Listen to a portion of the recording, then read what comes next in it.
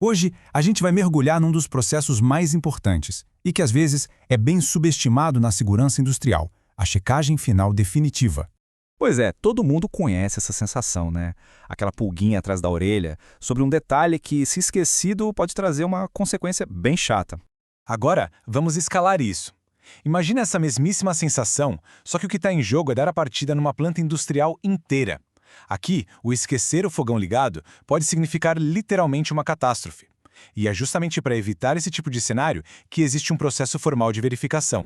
E esse processo tem nome e sobrenome. É a revisão de segurança de pré-partida, ou, como a gente chama na indústria, PSS. Pensa nela como se fosse a última barreira de segurança antes de tudo começar para valer. É tipo o checklist de um piloto de avião, só que com esteroides. A PSR é, na prática, um ponto de verificação final. E o momento em que ela acontece é muito específico. É depois que a obra acaba, mas antes de qualquer energia ou material perigoso entrar no sistema. É uma pausa deliberada e, olha, absolutamente crucial. No fim do dia, tudo se resume a responder essa única pergunta. O foco aqui não é mais cumprir prazo, mas sim ter a certeza absoluta, sem sombra de dúvida, de que a operação pode começar com segurança. Tá, mas como é que essa verificação funciona na prática? Uma PSR bem feita não olha para uma coisa só, não. Ela se apoia em 3 pilares fundamentais para garantir que nada passe batido. O primeiro pilar é o mais óbvio de todos, o hardware, ou seja, o equipamento físico. A equipe vai lá e confere se tudo foi montado exatamente como dizia o projeto, se os testes de pressão foram feitos, se os instrumentos de segurança estão calibrados. É a garantia de que a máquina em si está fisicamente íntegra. O segundo pilar é a documentação. E olha, pode até parecer burocracia, mas não adianta nada ter o melhor equipamento do mundo se os manuais e os diagramas não batem com a realidade. A documentação precisa estar 100% alinhada com o que foi de fato construído lá no campo. E chegamos ao terceiro pilar, que talvez seja o mais crítico de todos: as pessoas. O sistema mais seguro do planeta pode falhar se quem opera não estiver bem treinado. A PSSR verifica se a equipe conhece os novos procedimentos, se sabe os limites de operação e, o mais importante, se sabe o que fazer numa emergência. Um erro muito comum é achar que a PCSR só serve para projetos gigantescos que começam do zero. Só que a realidade é que ela é necessária em muitas outras situações. A regra aqui é bem clara. Qualquer mudança que altere a segurança de um processo exige uma revisão. Isso vale para a troca de um equipamento, para a instalação de um software de controle novo, ou até mesmo para voltar a operar depois de uma parada longa de manutenção. E isso nos leva a um conceito fundamental, que é o gerenciamento de mudanças. Toda e qualquer alteração, não importa o tamanho, precisa ser planejada pensando na segurança. A PSR é então a verificação final que garante que essa mudança foi bem feita, antes de alguém apertar o play.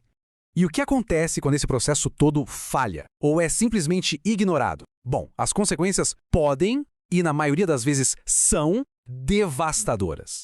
O ponto crucial aqui é a diferença entre fazer de verdade e o famoso só para cumprir tabela. O jeito certo envolve um time com gente de várias áreas, operações, manutenção, engenharia, porque cada um olha o processo com um olhar diferente. Já o jeito errado é o que a gente chama de canetar a lista, que é quando alguém simplesmente marca todos os itens sem verificar de verdade, só para se livrar da papelada.